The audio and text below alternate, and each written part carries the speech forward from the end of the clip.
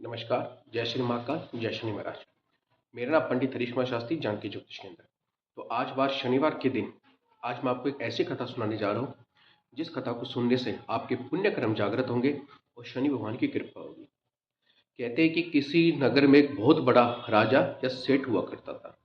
पहले जमाने में जो राजा हुआ करते थे वो सेठ ही हुआ करते थे।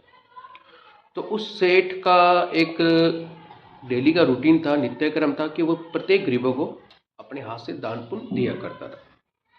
मगर उस सेठ की एक बहुत बड़ी एक कमी थी कि वो चाहता था कि जितने भी जो दान ले, चाहे ब्राह्मण हो, चाहे भिखारी हो, चाहे किस प्रकार से हो, किसी वर्ण से भी हो, तो वो उसकी यश का गुणगान करे। मगर उसी में से ही एक ऐसा गरीब ब्राह्मण था जो सिर्फ और सिर्फ प्रभु श्री हरि का गुणगान यानी शनिचर भगवान का गुणगान किया करता था। मगर जैसे ही उसको पता चला कि ये दान तो मेरे से लेता है और गुणगान शनि भगवान का करता है और शनि भगवान का परम भक्त है, तो ये गुणगान उसका क्यों करता है, मेरा क्यों नहीं करता।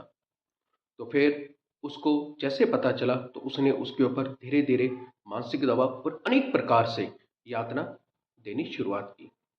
जैसे उसको किसी प्रकार से दान लेने में असमर्थ करना, उसके अनेक प्रकार से उसके जो भी दान देता रहा उसको रोकना और उसको डराना कि आप मेरा गुणगान कीजिए, मैं भगवान हूँ, यानी जो कुछ मैं ही हूँ, यानी धनवान है वो सब कुछ है।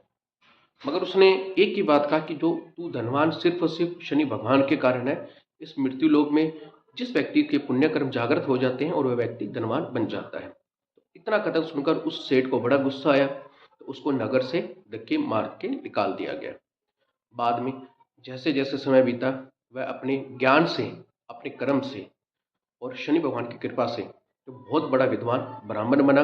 उसकी यश का गुणगान चारों दिशाओं से चक्रवर्ती सम्राट उसको अपने नगर का राजजोशी बनाने लगे। यानी उसको इतना धन देने लगे कि आप हमारे नगर में आइए और आप हमारे नगर को अपने ज्ञान से प्रकाशित कीजिए। जैसे वह फिर उस नगर में लौटा तो उस सेठ को देखकर वह बोला कि तू इतना धनवान कैसे बन सकता है, तू तो एकदम गरीब था।